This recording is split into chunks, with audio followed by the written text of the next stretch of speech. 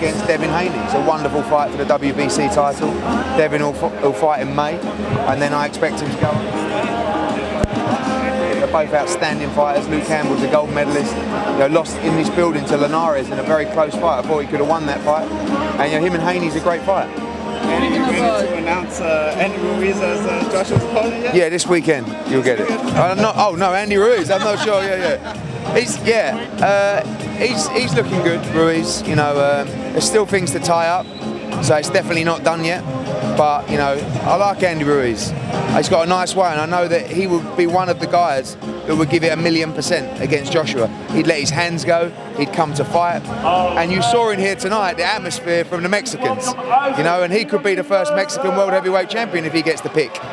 So he's game. He's ready. It's not done, definitely not done, but he's definitely right up there. Turn up the microphone. You sound excited at the prospect. Yeah, because I want someone to come and try and knock Anthony Joshua out. That's what I want. I don't want a guy who turns up not really believing they can win, gets knocked out in 2 rounds without throwing punches. I want a guy that comes with confidence and heart and belief. And there's 2 or 3 guys that will do that, and Andy's one of them. They announced that he wanted a rematch, but Who? Yeah. How soon can we see something like that? After what? What did he say? They want a rematch, a 3rd one? Yeah. How soon can we see that? Soon as. I mean, like, Rung Visai come up to me and please give me number 3, please. I think the rematch in Mexico would be incredible, or in LA. You know what you're getting every time. You're getting value for money. The second fight was arguably as good as the first fight.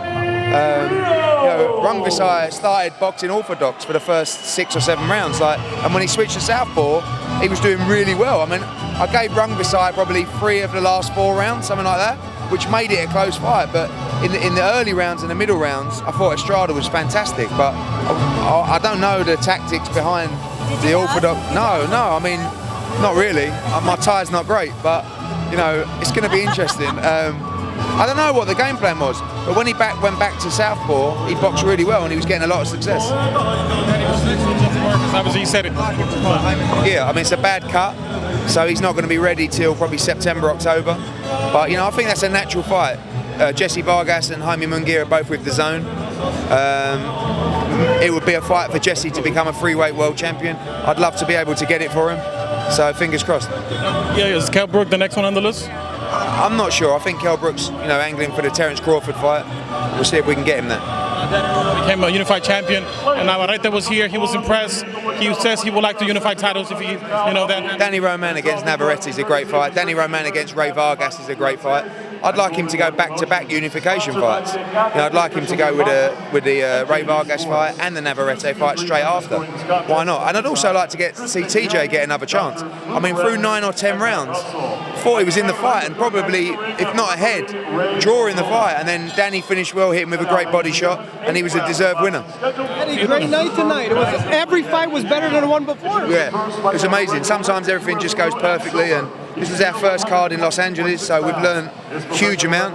I'd like to go on a Saturday next time, but I loved it, and it's about everyone that was here tonight. I believe they'll be back for the next Matchroom event, and hopefully that won't be too long. What is Anthony Joshua doing right now? He's training? Yes. Or in a nightclub. No, I'm only joking.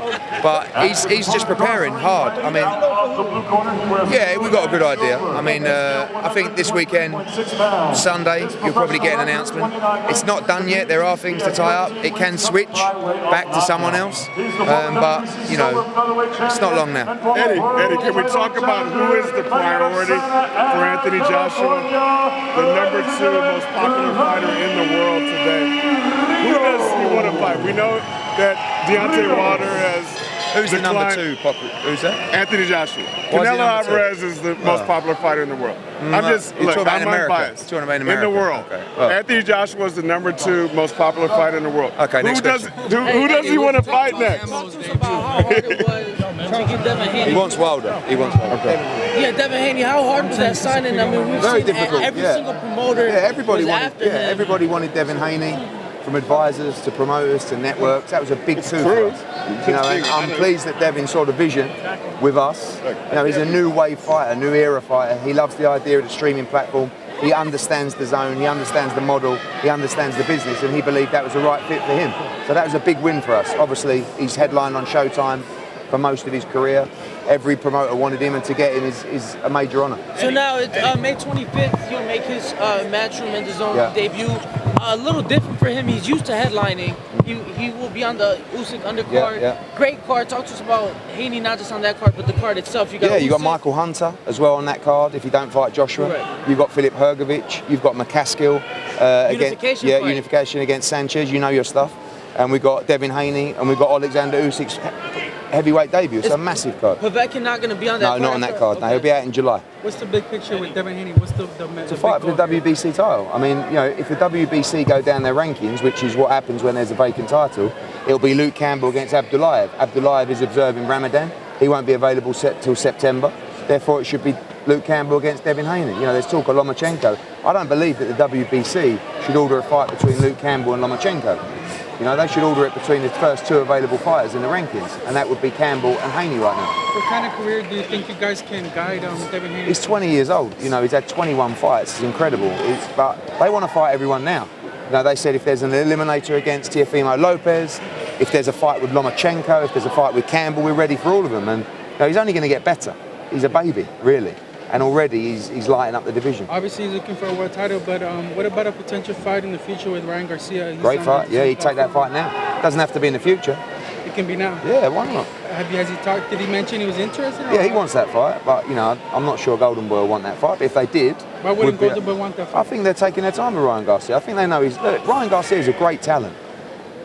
He's got a lot to learn. So is Devin, but I think Devin would roll the dice in that fight now. I'm not sure Golden Boy would. If they want to, we'd absolutely love to. Do you think Devin is going to be able to continue to headline his own events? He's been headlining showbox events, so at certain levels. When he's on a card with someone like Alexander Usyk, but the plan is if he fights for a vacant world title, he'd be headlining. And if he wins a world title, he'd definitely be headlining. So that's the plan for him to headline events. But obviously, when you're on a huge card, sometimes you might have to go co-main. With him being so young, do you think that there's a rush? Because no rush, but they're rushing. They want it now. He's already number 7 in the WBC rankings. He's 4 in the WBC. Yeah, he could be fighting for that title next. Yeah.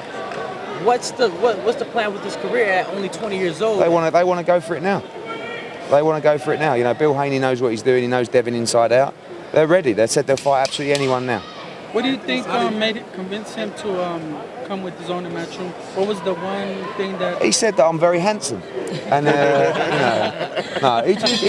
we got on well, and I like Bill. I like what they've done, and what I like about it is I'm not massive on fighters having their own promotional company and stuff like that, but I think he realised that he needs a partner, and he's taken it to a certain level. Devin Haney Promotion still exists. We're working alongside each other, but I think he's acknowledged he needs some firepower and he needs some machinery, and we're going to be pushing Devin Haney's profile and trying to make him a star. Because you're getting a replacement fighter for June 1st, do you think it's going to sell out still June 1st? Absolutely. Regardless of who Anthony Joshua fights? There's already 12,000 Brits coming. They ain't going nowhere. Do you think signing with Devin is going to open the doors for you, make it easier to bring other fighters in? Who? Devin Haney, 100%.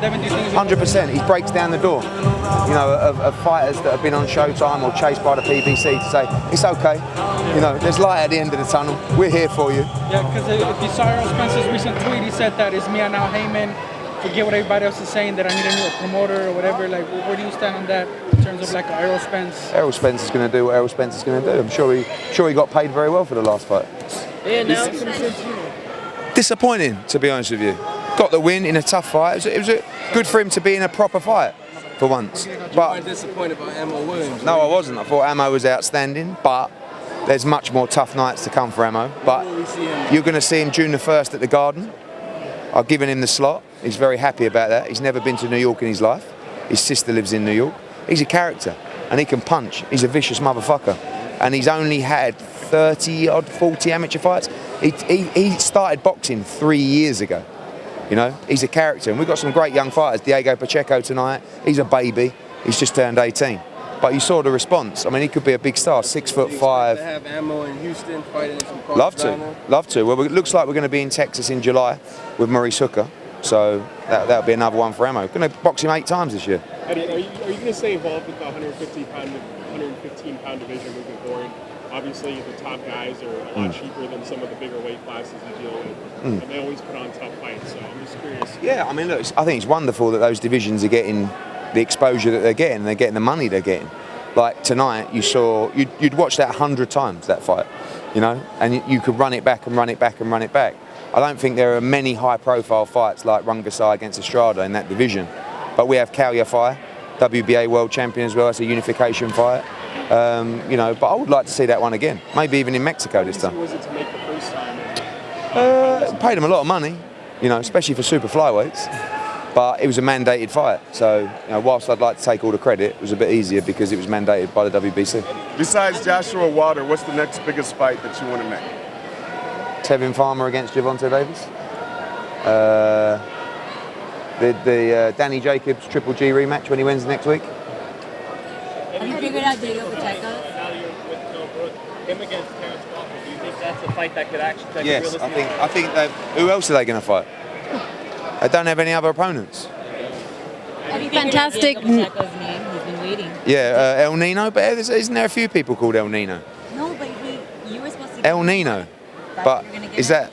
It's a bit obvious, isn't it? No. No. No. He doesn't like that. Okay, I'll work on that. Eddie, talk to us about 8 days from now. Obviously, you just spoke on your fighter, then Jacobs. I'll tell you, all I have to say is this. Very tough unification. Mexico won tonight, but not next Saturday.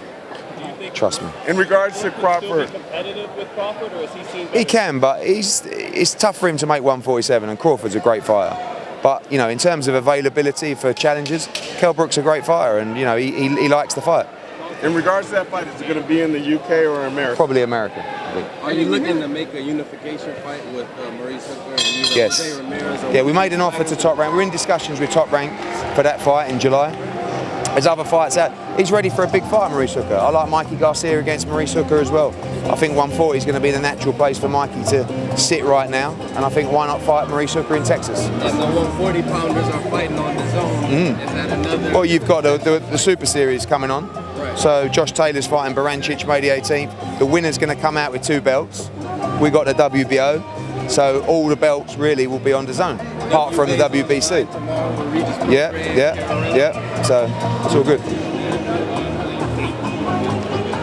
Oh, I'm glad they said that. Now they know I'm going to expose them next week. Yeah, well, first of all, they issued a statement saying we lowballed them, we're messing them around. Then I told you guys that I'm going to expose them next week. And then they come out and went, oh, actually, it was our fault. So don't worry, you'll see next week. But they're going to go into hiding for a few days. Not yet, no. I thought it was okay.